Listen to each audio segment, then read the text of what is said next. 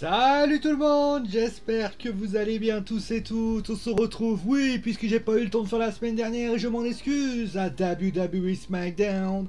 Un SmackDown qui était très bon. Voilà, je le dis tout de suite. Il était très bon et justement, nous allons revenir comme toujours sur les meilleurs moments de WWE SmackDown. Alors je précise pour ceux qui suivent le WordPress, parce que vous devez peut-être certains le suivre, qu'il n'y a plus vraiment beaucoup de news. Des fois c'est parce que malheureusement, étant donné que je veux privilégier la chaîne YouTube pour le moment, donc je privilégie ça. Vous inquiétez pas, ça va revenir. Mais en fait le truc c'est qu'il faut que je m'organise pour vous permettre de lancer de la news, des chroniques, des choses comme ça. Mais de toute façon pour l'instant on n'est pas pour parler de ça, on est pour parler de WWE SmackDown. Avec beaucoup de choses qui se sont passées. On a eu Seth Rollins, on a eu Roman Reigns, le duel tant attendu, enfin duel verbal je parle, entre Roman Reigns et John Cena, la cire de contrat entre Sasha Banks et Bianca Belair. Vous voyez cette photo où Bianca Belair mange ses cheveux. Justement on va revenir sur ce qui s'est passé. On parlera aussi de Baron Corbin qui a affronté Kevin Owens et qui a fait quelque chose de pas très bien, mais justement on va en parler. Et enfin, on continuera aussi par parler du couronnement du nouveau champion intercontinental, puisque oui, Shinsuke Nakamura, King Nakamura, a remporté sa ceinture, cette ceinture contre Apollo Crews. Je précise aussi qu'il y a eu 2 matchs par équipe proposés, les Street Profits qui ont gagné contre la American, Chad Gable et tout ça, Alpha Academy, pardon, voilà, la Alpha Academy, j'ai American Alpha, concrètement, voilà, c'est un petit révélateur, la Alpha Academy, et enfin, tout simplement, nous avons eu également le match entre Rey Mysterio, enfin, les Mysterio contre les Dirty Dogs, victoire des Mysterio, où les Usos sont intervenus. Bon, allez, maintenant, on va commencer tout de suite par parler tout de suite du segment, tout bonnement, le segment tant attendu, entre John Cena et Roman Reigns, The Tribal Chief contre peut-être le futur champ. Et donc, eh bien, j'ai déjà envie de commencer par une chose. Si vous voulez concrètement voir, il faut regarder ce qui s'est passé il y a quelques années, souvenez-vous. Roman Reigns et John Cena s'étaient également, on va dire, à confronter à un duel de speech pour savoir qui était le meilleur. Et devinez quoi? Dans cette situation, je vais baisser un peu le son parce que c'est un peu fort. Voilà. Et rappelez-vous ce qui s'était passé. Roman Reigns s'était fait manger par John Cena, où John Cena avait littéralement su quoi dire, quoi faire, comment faire, où le faire, quoi le faire. Et John Cena avait été tellement puissant que Roman Reigns avait eu que ses yeux pour pleurer. Bon, la moralité de l'histoire, c'est qu'il avait remporté son match contre John Cena, mais au terme de cette rivalité, John Cena était considéré comme, pour ainsi dire, encore une fois, le best speecher in the world, mais plus important, il avait tout simplement démontré pourquoi Roman Reigns n'était pas, pour ainsi dire, le numéro 1 de l'histoire. Donc on se retrouve quelques années après, John Cena est de nouveau confronté à Roman Reigns. Bon, la donne a changé, il y a une ceinture entre les deux. Il y a également bien sûr un changement de personnalité pour Roman Reigns qui est devenu donc heel, et bien évidemment qui a réussi à se garnir d'une tributée de team avec notamment le titre universel, mais également Paul Heyman, les Usos. Et donc forcément on a envie de se demander, est-ce que Roman a fait mieux? Est-ce que Roman a tenu la dragée haute à John Cena pour cette situation là? Alors concrètement, il a tenu la route. Voilà, on va pas se mentir. Alors il y aura des choses à redire sur ce qu'il a dit, mais concrètement, quand vous prenez le speech de Roman Reigns, c'est bas de plafond quand il parle de Nikki Bella, c'est bas de plafond quand il parle de pénis, c'est bas de plafond quand il parle de tout ça. Mais d'un côté, c'est bas de plafond, mais d'un côté, ce que j'ai envie de dire, c'est que ce qu'il dit, Roman, ça se tient. Roman n'est pas en train de faire du Roman Cena si vous voulez. Il fait du Roman Reigns avec finalement quelque chose d'intéressant. Il a une interaction aussi en mode ah d'accord, c'est comme ça que tu... C'est tout, c'est... Une manière de dire ah d'accord, bah c'est tout ce que tu as à dire. Il reprend les termes de ce qui s'est passé il y a quelques semaines où il dit notamment mais de toute façon si j'avais besoin j'irais voir le John, si c'était ça John Cena que j'allais avoir. Non mais sans déconner, il reprend aussi de qui est John Cena. C'est peut-être 17 fois champion de la WWE, sur le fait que telle ou telle chose. Moi j'ai adoré ce qu'a fait Roman Reigns, qui est parti dessus. Il aurait pu d'ailleurs peut-être partir sur un enjeu plus écoute, moi, parce que John Cena parle aussi de choses intéressantes, parce que on va revenir sur ce qu'a dit John Cena, mais John Cena parle surtout de du fait que Roman a été protégé depuis le début. Ce qui est vrai dans un sens, parce que Roman, il a été protégé des sifflets, il a été protégé finalement en termes de personnes, parce que maintenant il a ses deux cousins qui les aident, il y a Paul Heyman qui est là, et finalement John Cena s'en sort. Pourquoi? Parce que John Cena est meilleur pour une raison, c'est qu'il arrive finalement à partir sur un truc très simple, c'est qu'il dit I got beat you for the 1, 2, 3. Et le plus important, c'est qu'à la fin, il te dit tout simplement, il fait, bien évidemment, tout le monde a compris la référence, bien sûr, cette référence qui est liée à notre cher CM Punk, qui est quand même couillu quand on sait que CM Punk, la veille ou l'avant-veille, a quand même dit qu'il ne s'intéressait plus à ce que faisait la WWE, mais qu'il y a de fortes chances que CM Punk puisse aller du côté de la concurrence. Mais c'est bien quand même, parce que peut-être il fallait donner ça. En tout cas, John Cena a sorti un grand speech. Clairement, il a calmé Roman Reigns. Enfin, calmé. Il a pris le dessus sur Roman Reigns, on va dire ça comme ça. Mais après, Roman a sorti un speech de grande qualité. Donc, certes, John Cena gagne. Mais c'est plus un écart comme... Alors, je vais mettre ça comme ça. C'est plus un écart comme ça, si vous voulez. C'est un écart comme ça. Et sans déconner, un écart comme ça, on va quand même dire que c'est relativement réduit et assez petit par rapport à ça. Voilà ce que j'avais à dire par rapport à ça. On va continuer bien sûr par parler de la suite avec finalement ce qui s'est passé en main event avec Sasha Banks qui a donc martyrisé Bianca Belair. Alors, segment très court, concrètement, segment assez court. Et alors, on va commencer tout de suite par parler des interventions de Zelina Vega et de Carmella qui m'ont beaucoup gêné, pour vous dire. Parce que pourquoi Zelina Vega et Carmella sont intervenus? Pourquoi se sont-ils pris à la championne de la WWE en question? Pourquoi Bianca Belair? Alors vous allez me dire peut-être qu'il y a eu des arrangements, etc. Oui, sauf que ça veut dire quoi? Que Sasha Banks a désormais un clan? Donc que Carmella va accepter d'être dans le clan de Sasha Banks? Veut dire, quand tu regardes bien... Alors Zelina Vega, c'est pas non plus une mauvaise idée dans le sens où Zelina est une lutteuse qui est pour le moment en train de revenir. Mais Carmella, elle a affronté Bianca Belair juste avant que Sasha revienne. Je vois pas pourquoi cela a été donné. Vous voyez ce que je veux dire? Que Sasha fasse heel, c'est normal. Il n'y a plus de heel, sachant que Bayley est malheureusement blessée. Mais ce que je comprends pas, pourquoi avoir besoin d'un clan? Est-ce que Sasha a besoin d'un clan? Ensuite, il y a un deuxième point que je voulais quand même mettre en place, c'est qu'encore une fois, comment dire, il faut éviter les copier-coller en fait. Comment vous expliquer? La première chose qu'elle dit, Bianca, quand elle arrive, elle dit ouais, bon, bah voilà, tu vas... Alors au début, elle commence bien, elle te fait oh, tu veux m'attaquer, vas-y, je te pose le dos, vas-y, mets ton backstab, vas-y, fais ton truc. Et là, tu te dis ah, elle essaie un petit peu de lui dire vas-y, provoque-moi un peu, voilà, ok. Sauf qu'elle dit mais tu sais, si tu m'avais demandé une revanche, je te l'aurais donné. Il y a 2 jours, ça a été dit de la même façon. Rappelez-vous, c'était Raquel Gonzalez qui disait à Dakota Kai, qui était sa meilleure copine à ce moment-là, if you want a match, I can give you. Et donc tu te dis dans ta tête, bah il y a eu trahison il y a 3 semaines, et tu te dis il y a trahison à NXT. Alors certes, elle est plus puissante du côté de Raquel Gonzalez parce que Dakota et Raquel sont très très potes à un moment donné, mais concrètement c'était un peu la même chose puisque Sasha et Bianca font des câlins, font des choses comme ça. Attention à ce qu'il n'y ait pas des copier-coller de storyline, c'est super dangereux parce que si tu utilises une storyline et que tu te dis, encore quand tu prends une storyline et que tu te dis dans ta tête, bah je vais faire une story du côté eh bien de WWE NXT, mais que ça a été espacé de 2 ans. Ça va. Prenez par exemple la feud avec Cameron Grimes.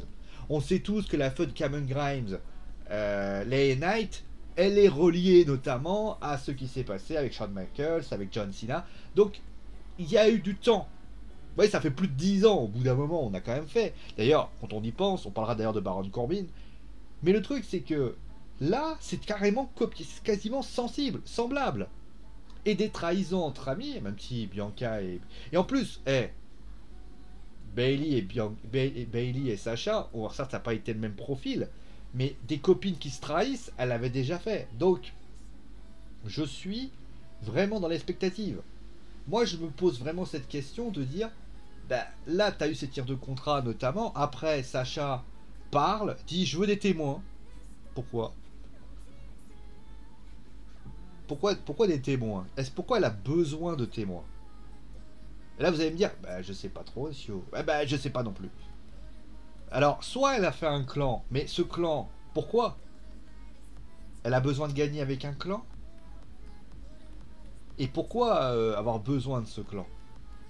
Vous voyez, il y a plein. Alors, certes, la semaine prochaine, ça se trouve, avant le SummerSlam, on va découvrir quelque chose, pourquoi, etc. Peut-être des deals. Oui, mais je trouve que ce segment, je dis pas qu'il est mauvais en soi, parce qu'il a quand même des choses. Mais il raconte pas assez de choses. La matière qui a été expliquée, alors que Bianca aurait très bien pu dire. À un moment donné, elle dit d'ailleurs une phrase, elle dit putain, mais je savais que j'aurais pas dû te faire confiance, putain que je te connais. Ouais. Ça veut dire quoi, côté naïve? Mais alors, Bianca peut passer pour une fille naïve. Elle a le droit, tu sais, on peut imaginer la Bianca Belair, purement innocente, qui fait confiance à tout va, etc. Bayley était comme ça. Souvenez-vous, Bayley, l'ancienne Bayley, elle faisait confiance sans vraiment donner sa confiance, sans vraiment donner. Mais c'était une mauvaise gimmick. Parce que les gens étaient dans une mode. Vous savez, quand elle faisait son côté hugs, câlin, câlin, câlin. Mais quelqu'un comme Bianca, elle veut être la EST of the WWE, the tough, enfin la plus dure, la plus forte, la plus. etc. Sauf que ça va pas avec son gimmick. À un moment donné, Bianca, il faut qu'elle se dise Sacha, elle arrive, faut que je sois hyper vigilante. Et non. C'est bien dommage. Bon. Enfin bref. Ensuite, on a eu donc Seth Rollins. Seth Rollins qui a sorti un speech, qui a raconté quelque chose. J'ai trouvé qu'il y avait un parallèle qu'on n'avait pas mentionné. C'est vrai que, notamment, il le précise dans son truc. Il dit, si en 2014 ou en 2013, je sais plus quand, il y aurait eu ce Curse Stomp aurait eu lieu, aujourd'hui, il n'y aurait plus de question de savoir si Edge aurait pu revenir ou pas. Et là, je me suis dit, c'est vrai, il a raison. S'il y avait eu ce Curse Stomp, Edge aurait peut-être ne revenait plus. Et ça aurait été fort. Alors, bien évidemment, il ne fallait pas refaire le coup du Curve Stomp en disant j'ai voulu t'attaquer. Parce que ça aurait dû être fait bien avant. Seth Rollins, ça aurait dû être fait bien avant. Et puis, ça aurait fait un espèce de copier-coller avec Randy Orton, qui, je précise, avait quand même essayé d'attaquer Edge quand il était revenu. Et pour information, il y avait eu soit c'était le quadriceps, ou le triceps qui avait été blessé par Edge, etc. Ça, je suis d'accord. Et c'est vrai que ça a été mentionné. Et concrètement, moi, ce que j'aurais pu rajouter, et ça, là, on fait les pronos un petit peu, j'aurais pu dire, j'ai payé Randy Orton pour te défoncer. Là, j'aurais dit, ah, d'accord. Mais après, est-ce que ça aurait pu être intéressant? Je ne sais pas. En tout cas, ce qui est certain, c'est que Seth Rollins, clairement, a sorti un speech très concret.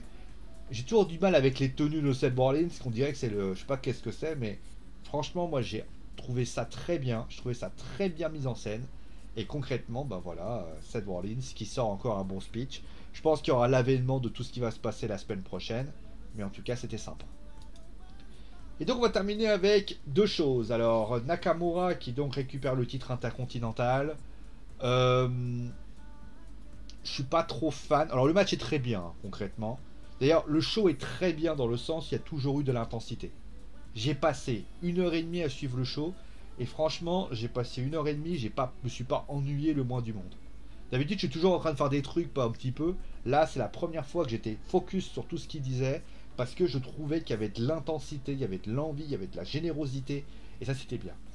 L'autre côté, donc Shinsuke Nakamura, après, est-ce qu'il aurait fallu qu'il perde sa ceinture à Apollo Crews?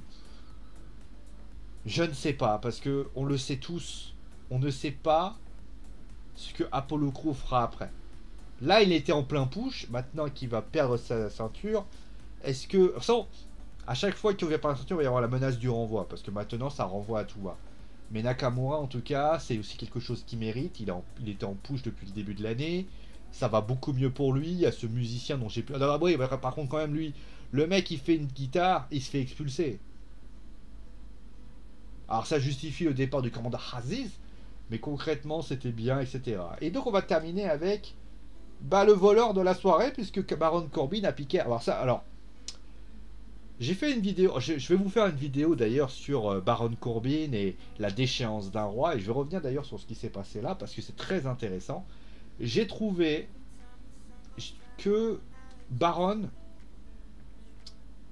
concrètement aux gimmicks précédentes de pauvreté, je trouve qu'il il a fait du beau boulot, déjà. Il demande des sommes totalement démesurées. Quand tu demandes, tu dis, bah tiens, donnez-moi 1000 $. Il y a même la personne la plus généreuse qui soit, elle donne pas 1000 $. Vous imaginez, il serait. Alors moi, j'aurais peut-être fait un truc. Il aurait pris, à un moment donné, il aurait fait le tour du premier rang. Hein. Il aurait fait.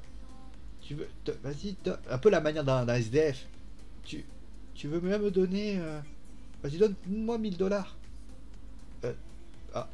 Et là, il dit, quoi? Qu'est-ce qui se passe? Et là, tu vois Kevin Owens qui déboule, qui lui dit limite.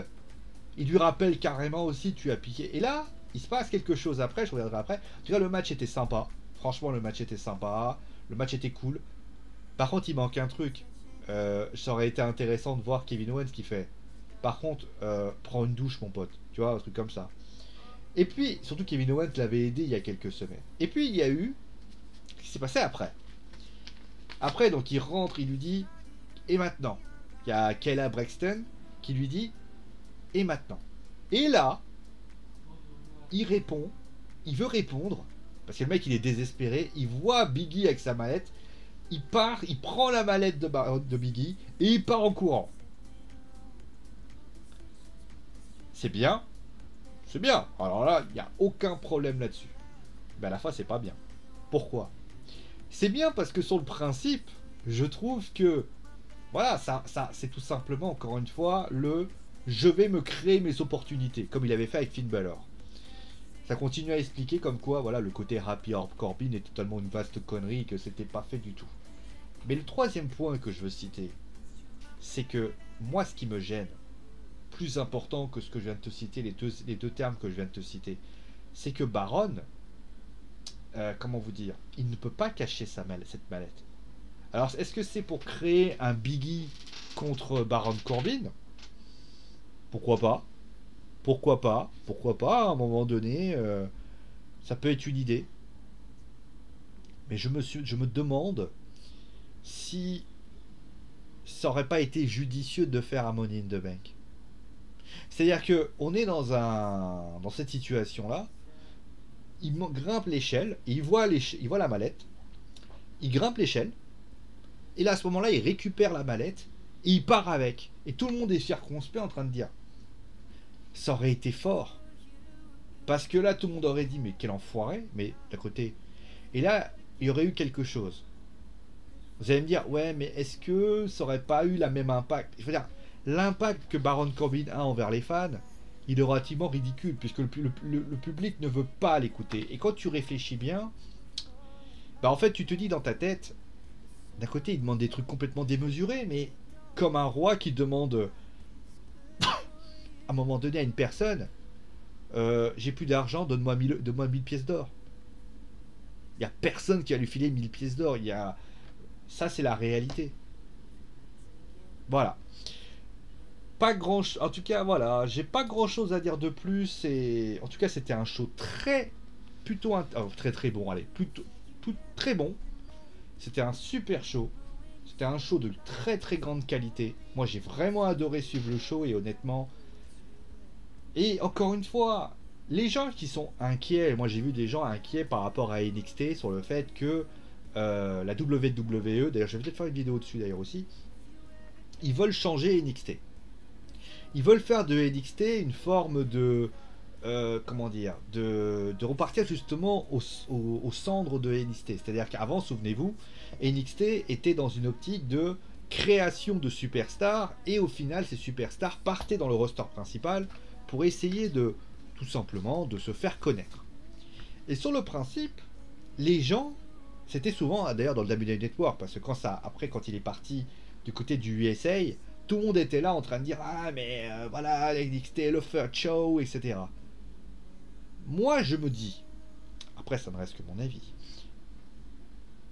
si vous êtes inquiet, pourquoi vous êtes inquiet d'ailleurs? Parce que vous visualisez par rapport à WWE Raw. Vous vous dites dans votre tête, Vince McMahon va venir, mettre son grain de sel et imposer, par exemple, des superstars qu'il aime bien, etc. Sauf que, en fait, ce qu'il faut que vous compreniez dans votre petite tête, c'est qu'en fait, regardez SmackDown. Ne visualisez pas Raw. Regardez bien WWE SmackDown. Est-ce que vous avez l'impression, alors que c'est Vince hein, qui le gère, hein, c'est pas Triple H, c'est pas Shawn Michaels, c'est pas tous ces... Non, c'est toujours Vince McMahon. Vince McMahon avec les officiels, avec Kevin Dunn, avec d'autres superstars, avec John Laurinaitis et tout le reste. Bah, est-ce que vous avez l'impression que le show est mauvais? Non, le show est plutôt bon. Alors vous allez me dire, oui mais imagine ils enlèvent les meilleurs à NXT. Bah ils en créeront des d'autres. Je vais pas dire, alors je sais que je vais me faire taper dessus, mais je pense que beaucoup ne connaissaient pas Johnny Gargano avant qu'il déboule à la WWE. Personne ne connaissait qui était Dakota Kai avant que Dakota Kai déboule à NXT. D'ailleurs, avant qu'elle fasse son heel turn, il y a peu de personnes qui savaient qui était Dakota Kai. Quand il y a eu... alors, encore une fois, et les gens ont fait un amalgame assez violent. Là, je suis en train de faire en fait, je suis en train de faire mon analyse NXT sans me rendre compte. Les gens disaient, mais NXT, quand il y a eu notamment Paige et tout ça, Paige, je défie tout le monde de savoir qui était Paige avant qu'elle arrive. C'est NXT qui l'a créé. Donc là où je veux en venir, c'est que SmackDown est bon. Donc pourquoi à NXT, ça serait pas pareil? Si vous faites des shows, des matchs comme ça, avec des segments, avec des trucs comme ça, bah j'ai envie de dire, moi j'achète, hein. Un show comme ça, alors que vous allez me dire, alors certains me trouveront sans doute des défauts, mais moi j'ai envie de dire, regardez le show là. Il y a des défauts, hein, attention, il y a des choses à dire, des choses à refaire, etc. Mais il se suit, il est dynamique, il est sûr de lui. De toute façon, un jour je ferai une vidéo, d'ailleurs je pense à faire ça, sur les raisons pour lesquelles WWE Raw a baissé. Parce qu'il y a beaucoup de raisons. Et c'est pas que Vince McMahon le problème, c'est plus global. Voilà, donc je t'invite bien sûr à me dire ce que tu as pensé du show, ce que tu as aimé, pas aimé. En tout cas, moi, ce que je peux te dire, c'est qu'on va se retrouver très très vite pour une nouvelle émission. Je devrais vous faire, alors, j'ai regardé Dynamite, mais j'ai pas eu le temps de vous faire malheureusement. Pour AEW Rampage, je vais quand même vous le faire, je vais vous sortir le show. Soyez bien connectés, bien évidemment. En tout cas, merci à votre subscription, portez-vous bien. Si vous avez aimé, bah, mettez un pouce bleu. Si vous avez envie de la montrer à vos amis, bah, faites un magnifique partage comme vous le savez le faire. Et bien sûr, abonnez-vous pour le contenu de la chaîne. D'ici là, portez-vous bien. Gros bisous tout le monde. Paix et sérénité. François Compustès. Alors, je dis bon anniversaire à une personne que j'aime beaucoup, un youtubeur que j'aime beaucoup. Et qui d'ailleurs, je lui pique sa catchphrase parce que j'ai beaucoup de respect pour lui. Ça fait 15 ans qu'il est là. C'est notre cher Bibi 300. Sache une chose, il ne le verra jamais cette vidéo, mais sache une chose, je suis devenu influenceur entre guillemets, c'est parce qu'un jour je t'ai croisé sur Dailymotion et je peux te dire une chose, ce que tu m'as offert, c'est inestimable. Allez, prenez soin de vous, amusez-vous bien et ciao les amis.